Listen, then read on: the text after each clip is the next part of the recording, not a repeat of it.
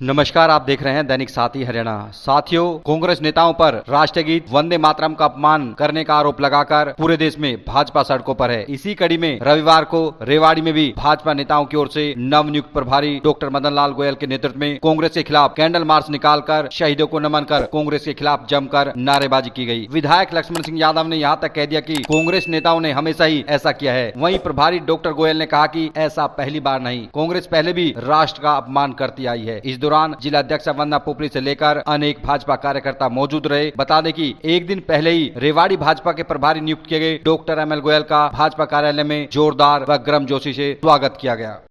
आज इस देश को शर्मसार करने का 15 अगस्त को कांग्रेस ने किया है। हमारे शहीदों का अपमान किया है, हमारे देश का अपमान करने का जो काम किया है, उसी के निमित्त आज भारतीय जनता पार्टी के एक एक कार्यकर्ता अपने हाथ में कैंडल लेके और शहीदी स्मारक तक पहुंचे हैं।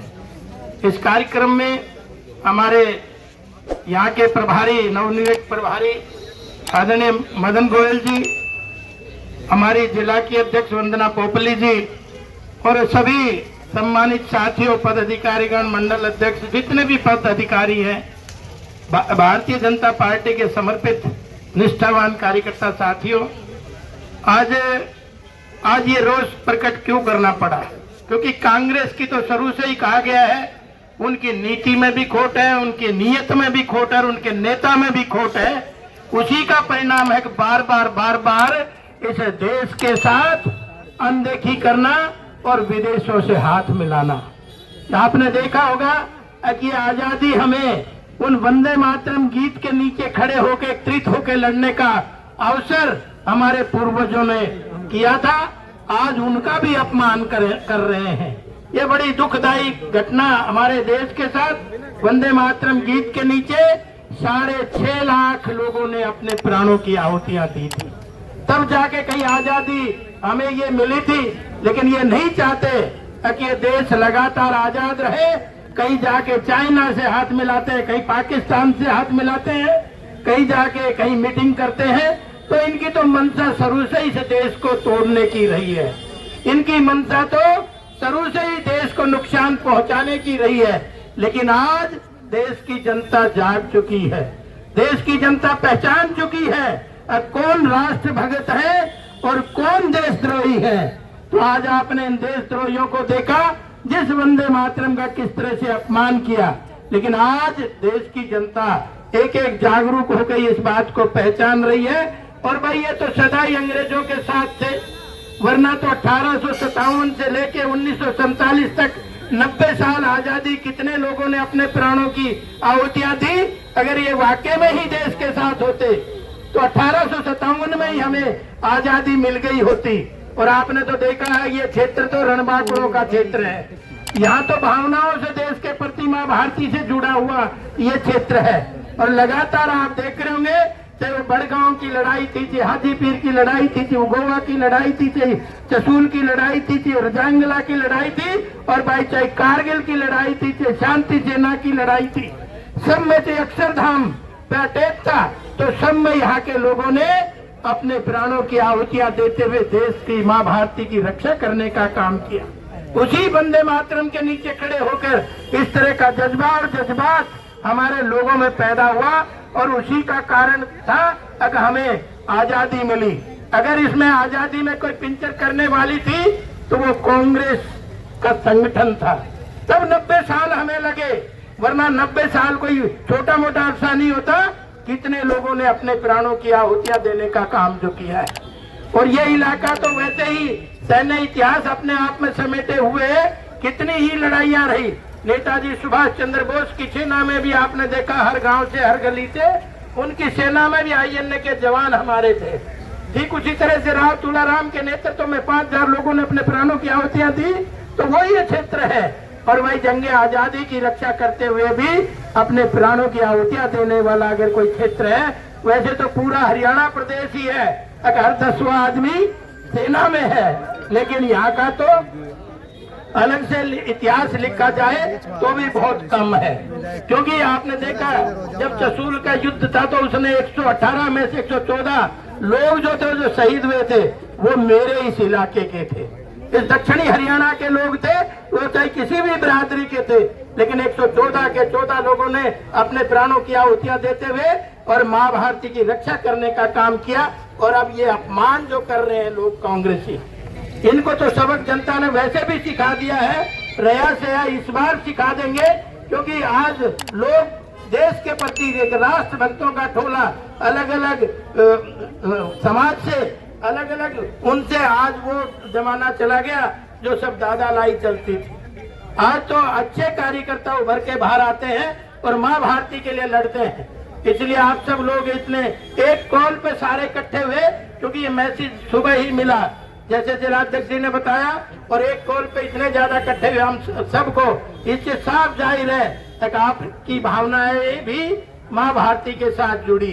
वंदे मातरम, वंदे मातरम, वंदे मातरम। बहुत ही आदर और सम्मान के हो कि हमारे पुराने साथी रहे डॉक्टर हेडगेवार पाठशाला के स्वयंसेवक और रेवाड़ी के अंदर जिन्होंने कमल का फूल आप सब लोगों के सहयोग से मां लक्ष्मी के चरणों में अर्पित कर दिया, नायब सैनिक के चरणों में अर्पित कर दिया, देश के यशस्वी प्रधानमंत्री के जो हाथ है वो मजबूत के मैं रेवाड़ी की जनता को हाथ जोड़कर नमन करता हूँ, प्रणाम करता हूँ। मेरे बाद चाहूंगा कि जोरदार ताली बजा करके अपने लाडले विधायक का हम स्वागत करें। हमारी छोटी बहन वंदना पोपली जी प्रोफेशन से हमारे प्रोफेशन की है, हम भी टीचर, ये भी टीचर, नौकरी नाकरी छोड़ छाड़ के पार्टी ने संदेश दिया कि पार्टी की कमान संभालो। और देखिए ये इसी पार्टी की खूबी है, किसी ने रोटी पानी की चर्चा ना करते हुए नौकरी से इस्तीफा दे करके आप सब लोगों की सेवा के अंदर इन्होंने अपने आप को अर्पित कर दिया और पार्टी ने आपको जिला अध्यक्ष बनाया है। मैं आपका भी हार्दिक अभिनंदन करता हूं, स्वागत करता हूं। हमारे पूर्व जिला के अध्यक्ष भाई हुकम सिंह यादव जी, बड़े लंबे समय तक इन्होंने हमारे साथ काम किया है, आपका भी हार्दिक अभिनंदन। हमारी पार्टी के महामंत्री खड़े हैं, हमारी पार्टी की मातृशक्ति, सभी मंडल के अध्यक्ष, सभी पार्टी के कार्यकर्ता बंधुओं, मैं जो ये रेवाड़ी की, जैसे कि लक्ष्मण जी ने बता दिया, मेरे लिए कुछ छोड़ा नहीं है बोलने के लिए कि ये रणबांकुरों की जमीन है, ये एक तरह से बलिदानियों की जमीन है। राव तुलाराम जी के नेतृत्व के अंदर किस प्रकार से इस देश ने, इस क्षेत्र में देश को आजाद कराने के लिए अपनी शहादत देती, ऐसे रेवाड़ी की जनता को मैं नमन करता हूं, प्रणाम करता हूं। एक मिनट में अपनी बात समाप्त करके मैं आप सबका हार्दिक अभिनंदन करूंगा कि आज जो कांग्रेस ने ये किया है, ये कोई नया काम नहीं किया है, ये वही कांग्रेस है कि जिस कांग्रेस ने अपने अधिवेशन के अंदर वंदे मातरम को गाने से मना कर दिया था। अन्यथा 1896 का जब कांग्रेस का अधिवेशन हुआ था तो उसमें वंदे मातरम 6 जो हमारे पहले हैं वो गाए थे, उसके बाद 2 कर दिए और आते आते आते आते 1822-23 के अंदर जब कांग्रेस का अधिवेशन हुआ वंदे मातरम पर बैन कर दिया। इन पापियों ने ये कोई नया काम नहीं किया है, क्योंकि इनके खून के अंदर पाप है। जैसे लक्ष्मण जी ने कहा, इनकी नेता, इनकी नीयत जो है वो साफ नहीं है। किस प्रकार से जो वंदे मातरम है, इसमें हमारे जो 142 करोड़ भारतीय हैं, उन भारतीयों की आत्मा निवास करती है, क्योंकि अनेक हमारे रणबांकुरों ने इस वंदे मातरम को गाते गाते फांसी के तख्ते को चूम लिया। अंतिम शब्द देखिए, राजगुरु भगत सिंह जो हमारे सुखदेव थे कि क्या नारा लगा करके उन्होंने फांसी ली थी, वंदे मातरम। ये वही कांग्रेस कि जिसने इस देश की भावनाओं का कभी सम्मान नहीं किया। जैसे लक्ष्मण जी ने बताया, कितने ऐसे नेता हैं कि जिनको फांसी लगी हो, कितने ऐसे नेता हैं जिन्होंने जेलें काटी हो। ये तो जब जेल में भी रहते तो इनको पेंशन मिलती थी, ये जेल में रेस्ट हाउस में रहते थे, जो हमारे देश को आजाद कराने के लिए रणबांकुरे थे। अनेक ऐसे जो हमारे शहीद हैं, उन्होंने फांसी का तख्ता चूम लिया इस वंदे मातरम के लिए। और आज ये बेशर्म कांग्रेस कि किस प्रकार से वंदे मातरम को गाते हुए बातचीत कर रहे हैं, इशारा कर रहे हैं, संकेत कर रहे हैं, कुर्सी में बैठने का प्रयास कर रहे हैं। ये क्या है? ये हम और आप सबकी भावनाओं से खिलवाड़ करने का प्रयास किया है। देश के यशस्वी प्रधानमंत्री नरेंद्र मोदी जी ने 150 वर्ष वंदे मातरम के हुए, पूरे हिंदुस्तान के अंदर रेवाड़ी में भी कार्यक्रम हुआ था, मुख्यमंत्री जी का कार्यक्रम अम्बाला में हुआ था, मैं भी उसका प्रदेश का संयोजक था।